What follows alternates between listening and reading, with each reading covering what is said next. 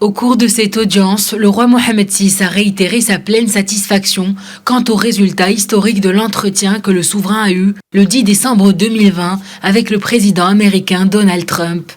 La proclamation présidentielle reconnaissant la marocanité du Sahara ainsi que les mesures annoncées pour la reprise des mécanismes de coopération avec Israël constituent des développements majeurs pour le renforcement de la paix et de la stabilité régionale. Ces mesures concernent l'autorisation des compagnies aériennes israéliennes pour transporter des membres de la communauté juive marocaine et des touristes israéliens vers le Maroc, la pleine reprise des contacts et des relations diplomatiques et officielles avec Israël au niveau approprié, la promotion d'une coopération économique bilatérale dynamique et innovante et l'action en vue de la réouverture des bureaux de liaison à Rabat et à Tel Aviv. Le roi Mohammed VI a félicité Jared Kushner pour le travail substantiel accompli depuis sa visite au Maroc en mai 2018 et qui a permis de réaliser ce tournant historique en faveur de l'intégrité territoriale du Maroc et ce développement prometteur pour la paix au Moyen-Orient.